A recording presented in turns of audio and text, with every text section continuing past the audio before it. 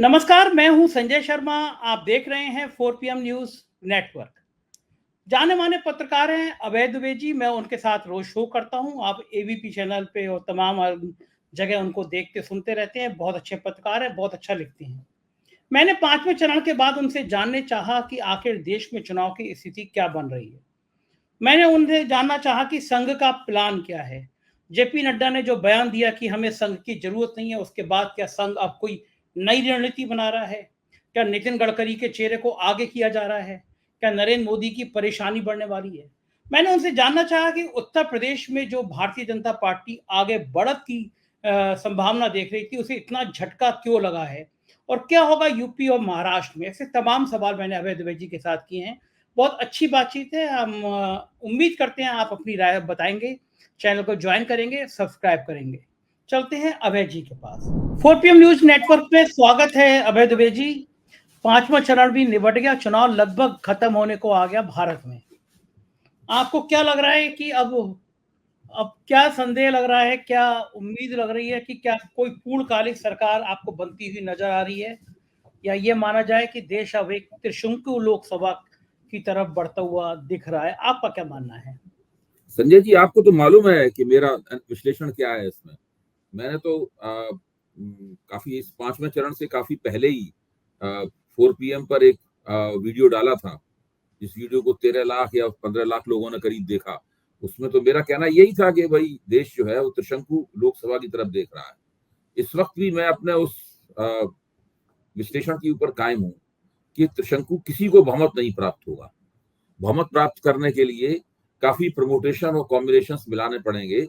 कभी भाजपा को क्षेत्रीय दलों की आवश्यकता पड़ेगी, और इंडिया गठबंधन अगर सरकार बनाना चाहेगा तो उसको भी इंडिया गठबंधन के तमाम दलों की जरूरत तो पड़ेगी ही, और उसके बाहर भी अगर कुछ समर्थन मिलने की जरूरत पड़ी तो वो भी मिल सकती है।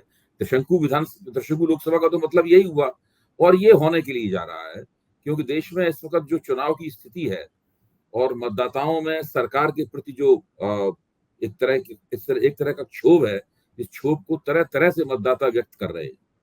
मैंने तो देखिए, मैंने 1984 का भी चुनाव देखा है। 1984 के चुनाव में तो एक तरफा हुआ था, कांग्रेस को 400 से ज्यादा सीटें मिली थी। और 1984 के चुनाव के बाद में 1989 के चुनाव के बाद से लगातार पूरे 90 के दशक में गठजोड़ सरकारें बनती रही, एक के बाद एक गठजोड़ सरकारें बनी।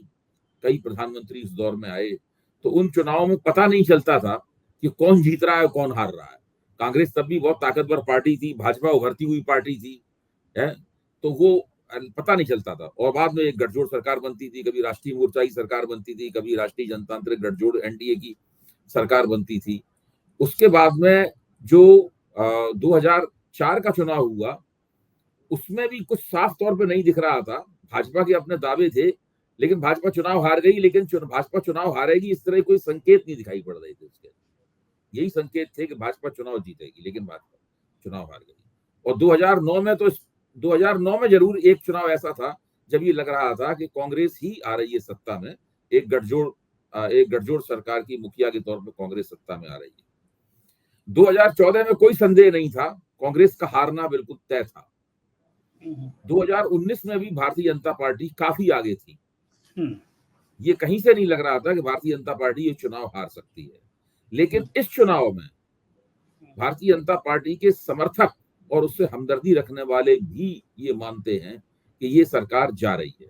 मैं आपको बताऊं, कल शाम की बात है, कल शाम जब मैं एबीपी दफ्तर में घुस रहा था तो बाहर जो एक इलेक्ट्रॉनिक बैरिकेड लगा रहता है, इसमें कार्ड लगाने के बाद ही खुलता है और उसके अंदर लोग जा पाते हैं, तो वहां पर जो गार्ड था, वो गार्ड मुरैना का रहने वाला था। उस बाद में उसने बताया, तो उस वक्त और कोई नहीं था, शाम की बात थी, ऑफिस के अन्य लोग जा चुके थे, मैं अकेला ही उसको क्रॉस कर रहा था उसको। तो जब मैं क्रॉस करने लगा तो पूछा कि सर किसकी सरकार बन रही है? तो मैंने कहा कि ये तो आप तय करेंगे किसकी सरकार बन रही है। तो पहले बोला कि साहब बीजेपी के 400 पार चली जाएगी। हमें नहीं, 400 पार बिल्कुल नहीं जाएगी बीजेपी। हमने क्या बहस तो इस बात की है कि बीजेपी को 272 मिलेंगे कि नहीं मिलेंगे। मैं मैंने लिफ्ट की तरफ जा रहा था, तो उसने कहा साहब ये सरकार जा रही है। तो हमने कहा क्यों जा रही है? बहुत बेरोजगारी है, बहुत दिक्कत है, ये सरकार जा रही है। अच्छा, अब स्थिति यह है कि जो दक्षिणपंथी लोग हैं, जो बीजेपी भारतीय जनता पार्टी के साथ स्वाभाविक एक तरह की हमदर्दी रखते हैं, वो लोग जब दौरा करने के लिए निकलते हैं, तमाम इधर उधर जाते हैं और टैक्सी ड्राइवरों से पूछते हैं, गांव देहात में जाते हैं, चाय ढाबों पे बैठे हुए लोगों से पूछते हैं, वहां लोग जो बैठे हुए अखबार पढ़ रहे हैं उन लोगों से पूछते हैं। एक अखबार सवेरे शाम तक 100 आदमी पढ़ता है वहां पर। तो उनको सबको इस बात का इनपुट मिलता है कि ये लोग सरकार से खुश नहीं है। अच्छा, अब इसका नतीजा ये कैसे निकाला जा सकता? ठीक है, लोग सरकार के खिलाफ नारेबाजी नहीं कर रहे हैं, लोग सरकार को गाली नहीं दे रहे हैं, लोग मोदी के पोस्टर पर थूक नहीं रहे हैं, ये सब सही, ये बात सही है। लेकिन इसका नतीजा ये कैसे निकाला जा सकता है कि लोग खुश नहीं है फिर भी सारे के सारे लोग सरकार को वोट दे दें? हो सकता है उसमें बहुत सारे लोगों की नाराजगी एक पैसिव होती है, निष्क्रिय किस्म की होती है। वो अंततः जो पहले से सत्ता में है उसको वोट दे आते हैं। लेकिन जब ऐसी चीज बड़े पैमाने पर मौजूद हो तो इसका मतलब ये है कि कहीं ना कहीं कुछ ऐसा पक रहा है जो कि चुनाव नतीजों में जरूर दिखाई पड़ेगा। ये स्थिति इस वक्त इस देश में है और ये एक अभूतपूर्व स्थिति है। चुनाव में ऊपर से कुछ ना दिखना, लेकिन अंदर इतना पकना उसका कि आखिर तक आते आते साफ तौर पर दिखने लगे। अब आप ऐसे ही देखिए, नया कितने लोग ये कह रहे हैं कि अमेठी में स्मृति ईरानी कम से कम 1 लाख वोटों से हार जाएंगे। हाँ, मुझसे भी आज वहाँ अमेठी के 3 लोगों का फोन आया। एक कांग्रेस के नेता मुझसे शर्त लगाने को तैयार थे कि आप शर्त लगा लीजिए 1 लाख से ज्यादा वोटों से हारेंगी। तो मैंने कहा मुझे यकीन नहीं हो रहा इतनी हार। हम पूछे भाई किस आधार पे आप कह रहे हैं? तो पहली बात तो ये है कि जो भाजपा के हमदर्द लोग हैं वो भी कहते हैं कि चुनाव से पहले जब उन्होंने अमेठी का दौरा किया था तो भाजपा के कार्यकर्ताओं में स्मृति ईरानी के प्रति बहुत नाराजगी थी। कार्यकर्ताओं में, जनता में नहीं, कार्यकर्ताओं में बहुत नाराजगी थी। अच्छा, अब लोग एक तर्क ये देते हैं कि नरेंद्र मोदी अमेठी का दौरा करने क्यों नहीं गए?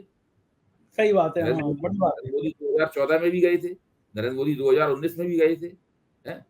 कुछ लोगों का कहना है नरेंद्र मोदी उस निर्वाचन क्षेत्र में नहीं जाते जहां उन्हें पहले से पता हो कि निर्वाचन क्षेत्र हाथ से जाने वाला है। जैसे नरेंद्र मोदी आज तक छिंदवाड़ा का दौरा करने नहीं गए, मध्य प्रदेश। कभी नहीं आपने सुना होगा उन्होंने छिंदवाड़ा में कोई अगल बगल कहीं मीटिंग कराई होंगे, छिंदवाड़ा मीटिंग करने नहीं जाते। तो या तो वो तय कर लेते हैं कि इसको कांग्रेस को हम निर्वाचन से गिफ्ट कर देते हैं, या तो उन्होंने तय कर लिया है कि अमेठी जो है वो कांग्रेस को गिफ्ट कर दिया जाए, या उन्हें इस बात की पक्की खबर है कि हमारी बंदी जो है बड़ी अलोकप्रिय है वहां पर, ये नहीं चुनाव जीतने वाली। और राहुल गांधी से हारना, प्रियंका गांधी से हारना तो दूर की बात है, वो किशोरी लाल जी शर्मा से ही चुनाव हारी जा रही है। और भाजपा के लोग किशोरी लाल शर्मा को बहुत वो कहते थे कि गांधी परिवार का नौकर, करण उनका पीए। अब अगर हारती हैं तो फिर अब वो किस मुंह से कहेंगे कि उनके आप किसी भी बंदे से बात कर लीजिए जिसको राजनीति की जरा भी समझ है, जो अपने आप को राजनीतिक समीक्षक कहता है, चाहे किसी छोटे चैनल पे आता हो, बड़े चैनल पे आता हो, अखबार में 2 लाइनें लिखता हो, सोशल मीडिया का कोई अपना प्लेटफॉर्म चलाता हो या दूसरों के प्लेटफॉर्म पे आके बोलता हो, किसी से भी बात कर लीजिए, उसके सामने एक सिनारियो रखिए कि भाई अमेठी में स्मृति ईरानी 1 लाख से कम वोटों से नहीं चुनाव हारेंगी। अगर ऐसा हुआ तो इसका मतलब क्या है? अगर ऐसा हुआ तो पूरे हिंदुस्तान में भाजपा की 200 सीटें नहीं आएंगी, इसका यही मतलब है। सही, बिल्कुल सही बात है। या तो ऐसा हो नहीं रहा है, अगर ऐसा हो रहा है तो भाजपा की सारे हिंदुस्तान में 200 सीटें नहीं आ रही। ये कैसे हो सकता है कि उत्तर प्रदेश में जो इतना मजबूत था भारतीय जनता पार्टी के लिए, वहां पर अभी सुकेश जी जो हैं, जो न्यूज 24 के हैं, आप उन्हें जानते होंगे, वो भी तो गए थे सब जगह और बड़े बड़े पत्रकारों से मिले। उसमें सुनीता एरन और कई वरिष्ठ पत्रकार वगैरह थे, उन लोगों के बीच में एक तरह का कार्यक्रम भी हुआ है। उसमें ऐसा कोई नहीं जिसने कहा होगा कि 25-30 से कम विपक्ष जीतने जा रहा है उत्तर प्रदेश में। अगर उत्तर प्रदेश 25-30 से कम विपक्ष जीतने नहीं जा रहा है उत्तर प्रदेश में, तो इसका मतलब है दूसरे प्रदेशों में भी कोई हालात बहुत अच्छे नहीं है। मध्य प्रदेश जो कि भाजपा के लिए बड़ी पुख्ता जगह है, मध्य प्रदेश जहां इतने साल बाद भी भारतीय जनता पार्टी की विधानसभा में सरकार बन गई, वहां भी लोग कह रहे हैं कि वहां कम से कम बीजेपी 3 या 4 सीटें हार जाएगी मध्य प्रदेश में। और मैं तो ये मानता हूं कि कर्नाटक, बिहार, महाराष्ट्र और पश्चिम बंगाल, ये 4 प्रदेश ही भारतीय जनता पार्टी को बहुमत से नीचे ले आएंगे। बिल्कुल ठीक कह रहे हैं आप। और जो उसके बाद जो जगह चीज जो डाउन होती हैं वो अतिरिक्त सीटें।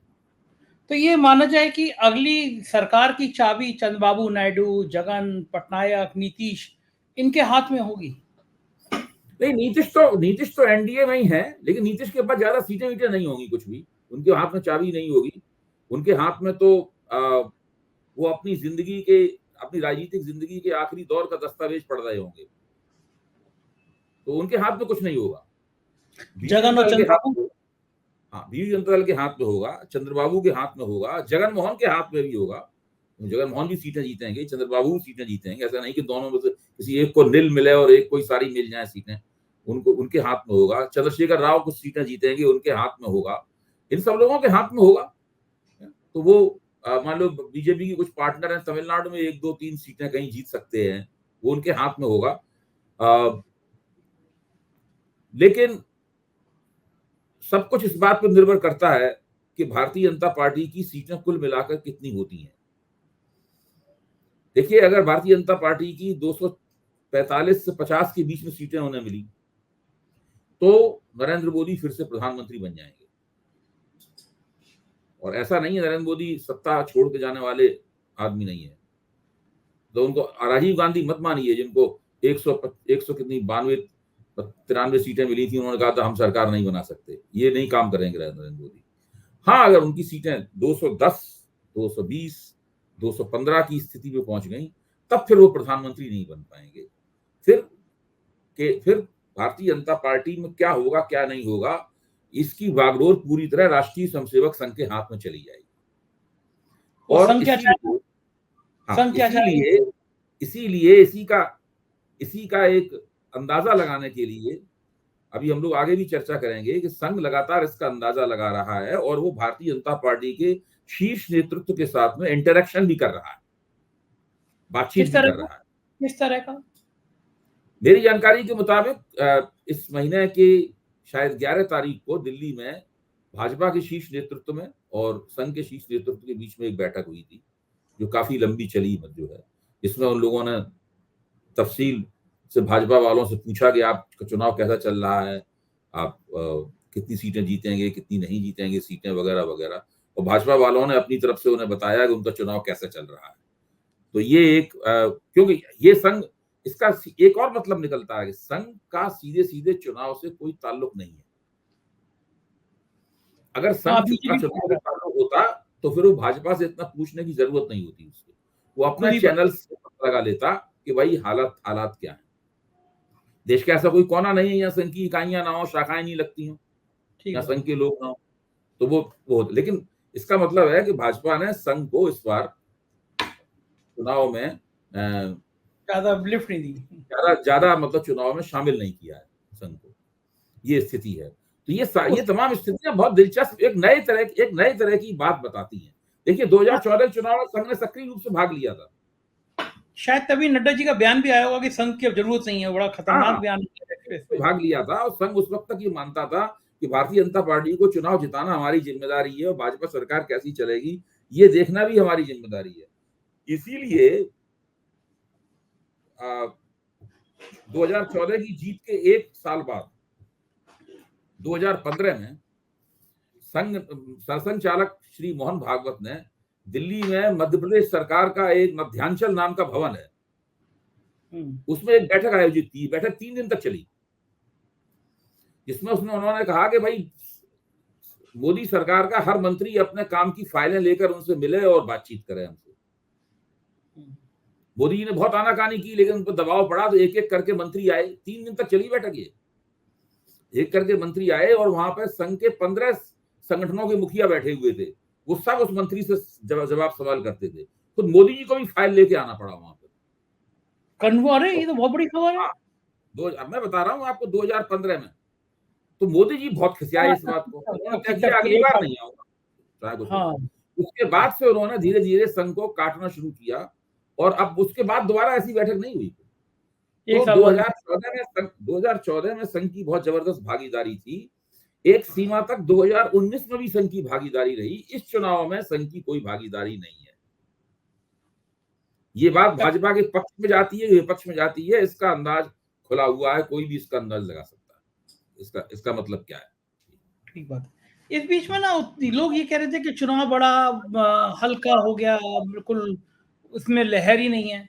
तो मैं ये देखना चाहता था कि चुनाव में बीच में लहर है या नहीं है, और मैं ये भी देखना चाहता था कि दो नेताओं के बीच में जब गठबंधन होता है तो उनकी बॉडी लैंग्वेज क्या होती है।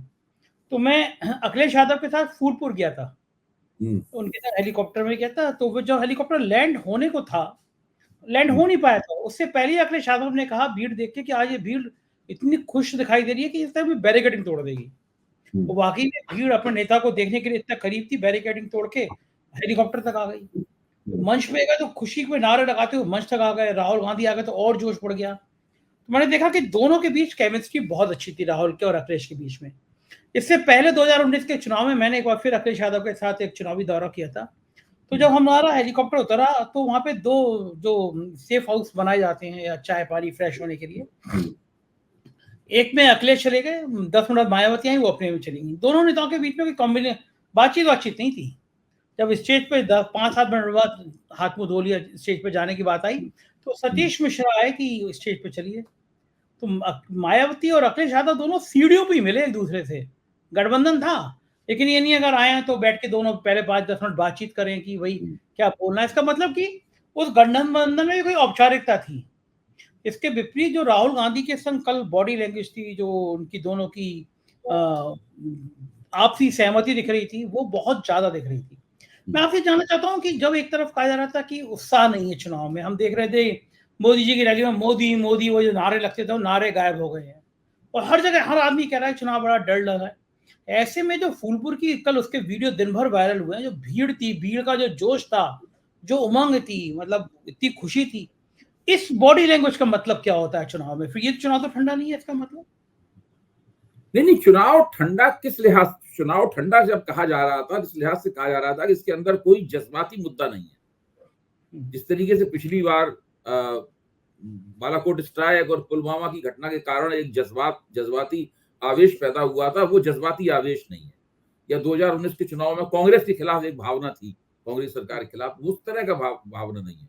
चुनाव में गर्मी है, चुनाव में सरकार के खिलाफ गर्मी है। लोग जो भी बोलते हैं, विपक्ष के खिलाफ कुछ नहीं बोलता। हमने तो आज तक कोई सुना ही नहीं कोई विपक्ष के खिलाफ पब्लिक बोल रही हो। भाई पूरा आप देखिए ना, ये जितना भी हो रहा है विपक्ष के खिलाफ पब्लिक बोल रही हो, कभी सुना आपने? नहीं। जो बोल रहा है वो सरकार के खिलाफ ही बोल रहा है। मैं ये नहीं कह रहा हूं कि जितने लोग बोल रहे हैं वो सब जाकर मोदी के खिलाफ वोट दे आएंगे, ये मैं नहीं कह रहा हूं। क्योंकि आमतौर पर कई बार नाराजगी बड़ी पैसिव किस्म की होती है, निष्क्रिय किस्म की होती है। लोग नाराज होते हैं लेकिन निर्णय नहीं ले पाते। और यथास्थिति जो है, यानी स्टेटस को है, मौजूदा सरकार है, उसको पलटने के लिए एक मजबूत निर्णय की जरूरत होती है वोटर द्वारा। अगर उस तरह का निर्णय लोगों ने ले लिया तो भाजपा की 150 सीटें नहीं आएंगी। फिर तो खेल खत्म, पैसा हजम, भारत माता की जय, वो तो पूरा हो गया खत्म। लेकिन अगर लोगों में जितने लोग नाराज हैं उसमें से अगर 50% लोग, 50% लोग भी इस सरकार के खिलाफ वोट दे देते हैं तो मोदी जी बहुमत से काफी दूर चले जाएंगे। ये स्थिति है। और दूसरे एक और महत्वपूर्ण बात है इसमें कि ये सब कुछ जो हो रहा है पूरा का पूरा, ये बार बार मोदी जी को ये कहना पड़ रहा है कि हम संघ के साथ जो बैठक हुई उसमें भी इन लोगों ने दावा किया कि हम 325 सीटें ले आएंगे कम से कम। इनका दावा ये था कि 325 से एक भी सीट कम नहीं होगी। तो मोहन भागवत ने, दत्तात्रेय होसबोले ने जो उस मीटिंग में शामिल थे, उनकी बात सुन ली। मतलब मान लिया कि 325 सीट आ जाएंगी। हाँ, उनका कहना है कि 325 से एक भी सीट कम नहीं आएगी, ये उनका दावा है। क्या लग रहा है ये किस आधार पे दावा किया होगा उन्होंने संघ के सामने कि 325? उनको आधार की क्या जरूरत है दावा करने के लिए? कमाल हो गया। क्या उनको दावा करने के लिए भी आधार की जरूरत होती है क्या? वो संघ के प्रमुख ये पूछते, बताओ कौन सी सीट हार रहे हो, कौन सी जीत रहे हैं, इसमें गैप क्या रहेगा, इसमें गैप क्या रहेगा, या दूसरे नंबर पे रहोगे, तीसरे नंबर पे रहोगे, किस प्रदेश में ज्यादा जीतोगे, किस प्रदेश में? तो इस तरह के कार्यक्रमों में ऐसी बातचीत थोड़ी ना होती है। दावा करने के लिए आधार की क्या आवश्यकता है? आपको याद होगा कि विधानसभा चुनाव के दौरान में एक टाइम्स ऑफ इंडिया में स्वामीनाथन अय्यर लिखते हैं हर रविवार को, तो उन्होंने अपना एक अनुभव लिखा था कि वो अखिलेश की एक मीटिंग में गए विधानसभा चुनाव के दौरान। अखिलेश की एक मीटिंग में गए और वहां पे इतना जबरदस्त अखिलेश के समर्थक जोश में थे और वो बैरिकेड तोड़ के मंच की तरफ झपटे अखिलेश के साथ सेल्फी लेने के लिए। तो स्वामीनाथन अय्यर ने लिखा था कि मुझे लगा कि हम लोगों को कुचल के, हम लोग इस भगदड़ में कुचल के, पत्रकार पूरे पूरे कुचल जाएंगे इस भगदड़ में। ये सब उन्होंने लिखा था उसमें अपने लेख में। तो उन्होंने निष्कर्ष निकाला था कि अखिलेश के समर्थक बहुत जोश में है और वो बहुत उत्साह में, उनको लग रहा है कि वो चुनाव जीत जाएंगे। अच्छा, ठीक है, अखिलेश चुनाव नहीं जीते, लेकिन आप बताइए वोट कितना ज्यादा मिला उन्हें? हाँ, अब तक का सबसे ज्यादा वोट मिला था उनको। ज्यादा वोट मिला, सीटें भी बहुत अच्छी मिली। अब आप कल्पना कीजिए कि विधानसभा का वो नतीजा लोकसभा में रिपीट हो जाए, है? तो आप समझ लो बीजेपी कम से कम 35 सीट हार जाएगी। ठीक बात है, बिल्कुल ठीक। अच्छा, आप सोचिए अगर विधानसभा का वो नतीजा रिपीट हो जाए तो बीजेपी कितनी सीट हार जाएगी? 30-35 सीट हार जाएगी, एकदम 30-35 सीट हार जाएगी। तो ये जो आप बात कह रहे हैं बिल्कुल ठीक कह रहे हैं। इस वक्त माहौल वहां पर देखिए, अखिलेश जी ने क्या किया है। अखिलेश जी ने पिछली बार ये किया था विधानसभा में कि नेताओं को जोड़ा था, उसके जरिए उन्होंने पिछड़े वर्ग की एकता बनाई थी। इस बार नेताओं को भगा दिए उन्होंने, सब बीजेपी में चले गए वो। इस बार उन्होंने टिकट इस तरीके से बांटे हैं कि पिछड़े वर्ग की एकता बने, दलित वर्ग की एकता बने, कुर्मियों को उन्होंने टिकट दिए हैं, सबसे ज्यादा सैनियों को टिकट दिए हैं, कुशवाहों को टिकट दिए हैं। तो पिछड़े वर्ग की एकता बना रहे हैं वो। उसका फायदा जो उन्होंने पीडीए किया है, वो पीडीए को टिकट के जरिए उन्होंने जमीन पर स्थापित किया, उसका लाभ उनको मिल रहा है। बिल्कुल ठीक बात है। और आपको जब उत्तर प्रदेश की बात लग रही है तो मोटा मोटा आपको लग क्या रहा है उत्तर प्रदेश में कितना एनडीए और कितना एनडीए गठबंधन? मैं तो ये मानता हूं कि उत्तर प्रदेश में अगर विपक्ष भाजपा से 30 सीटें छीन लेता है, 30 या 35 सीटें छीन लेता है, तो सारे देश में भारतीय जनता पार्टी यूनिफॉर्मली चुनाव हार जाएगी। आपको लगता है 30 सीटें जीत लेगा उत्तर प्रदेश में विपक्ष? अगर नहीं जीता उत्तर प्रदेश विपक्ष में तो आप भारतीय जनता पार्टी को बहुमत पाने से नहीं रोक पाएंगे। मान लीजिए अगर 20 सीटें 25 सीटें तक रहता है विपक्ष, 20-25 सीटें भी बहुत अच्छा परिणाम है, लेकिन अगर वास्तव में बहुमत से नीचे घसीटना चाहते हैं तो ये इतना करना पड़ेगा। ठीक बात है। हाँ, 20 सीटों में परेशानी होगी, लेकिन 250 तक फिर बीजेपी आ सकती है, लोग ऐसा मान रहे हैं। जी जी। अच्छा, स्मृति ईरानी अगर अमेठी से हार गई तो स्मृति ईरानी का भविष्य क्या होगा? स्मृति ईरानी का भविष्य तो तभी तक है जब तक मोदी जी सत्ता बने रहेंगे। मोदी जी, स्मृति ईरानी चुनाव हार जाएंगी फिर भी उन्हें मंत्री बना देंगे उन्हें। भाई 2014 में तो उन्हें मंत्री बनाया गया था, तो 2014 में कौन सा चुनाव जीती थी? फिर इतिहास दोहराएगा, इतिहास फिर दोहराएगा। हाँ, वो तो उनको फिर भी मंत्री बना देंगे। वो आपके अरुण जेटली हार गए चुनाव, फिर भी उनको मंत्री बना दिया था। अच्छा, अगर 250 तक सीटें आती हैं, मोदी जी भले प्रधानमंत्री बन जाए फिर उस स्थिति में, लेकिन जो ऑरा है प्रधानमंत्री जी का कि गडकरी खत्म हो जाएगा, वो खत्म हो जाएगा। फिर एक नीची नाक मोदी जी, नीची नाक का प्रधानमंत्री, नीची नाक का नेता प्रधानमंत्री बनेगा। यानी कि अगर 250 तक भी रहेंगी तब भी राहत नहीं होगी, मोदी जी के लिए परेशानी है ही है फिर भी। देखिए 250 का क्या मतलब हुआ? 250 का मतलब हुआ कि मोदी जी को कम से कम 20 से 25 सीटें चाहिए बहुमत के लिए, और आरामदेह बहुमत के लिए कम से कम 30-40 सीटें चाहिए, 40 सीटें चाहिए मोदी आरामदेह बहुमत के लिए, यानी करीब 280 के करीब सीटें चाहिए। तो उसमें कुछ इनके एनडीए के साथी भी कुछ कहीं जीतेंगे, एक तो वो सीटें हो जाएंगी।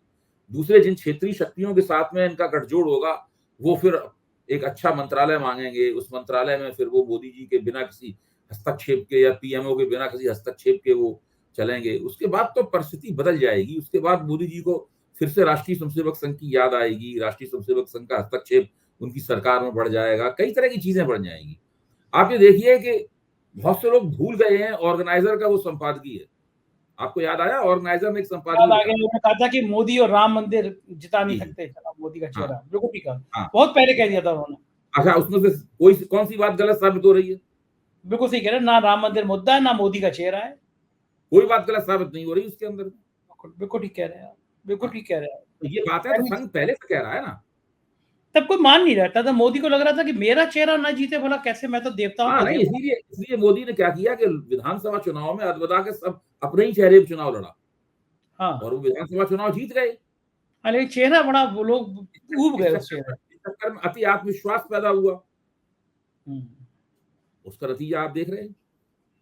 बिल्कुल ठीक बात है। और अति का बनना बरस ना अति की भली ना धूप, अति सही का बात। बुना ना बोलना, अति की भली ना चूक। तो वो जो है इतना ज्यादा चेहरा अति कर दिया था हर जगह, यूरिया के खाद के बोरे से लेकर पेट्रोल पंप तक, वैक्सीन से लेकर बाकी। हटाया तो केवल एक ही जगह हटा, वैक्सीन के सर्टिफिकेट से हटा, वैक्सीन वो के भी सर्टिफिकेट। कोविड। अरे सही मैं बात। गया था वहाँ पे, फूलपुर के गांव में गया अभय जी, मुझे उम्मीद नहीं थी। मैं वहाँ गांव के लोगों से बात करने लगा तो नौजवान बात करने लगे कि इतने कलेजे वाले ने तो वैक्सीन से फोटो को हटवा दिया अपने वैक्सीन। यानी गांव गांव में भी वो कोविडशील्ड की चर्चा थी। तो मेरे लिए बड़ा हैरानी हो रहा था कि यार ये वैक्सीन का मुद्दा भी यहाँ तक आ गया। देखिए, गांव वालों को अब शहरों से, संचार क्रांति के बाद में गांव को शहरों से कमतर नहीं मानना चाहिए।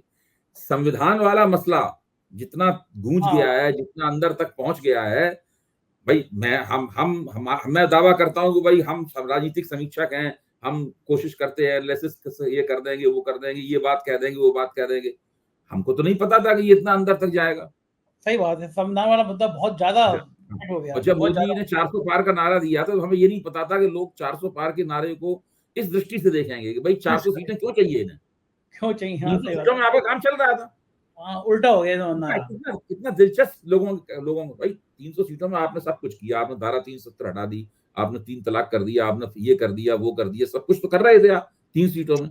अब आपको 400 क्यों चाहिए? बिल्कुल कुछ सही ना कुछ बात आप ऐसा करना चाहते हैं 300 में आप नहीं कर सकते थे, तो वो क्या है? है। उल्टा पड़ गया ये मामला। तो संविधान बदलने की बात आ गई उसमें।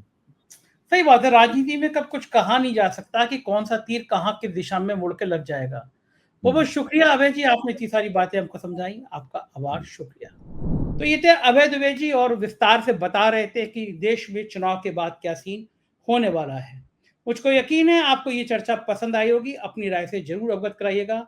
बहुत बहुत शुक्रिया। Thank you.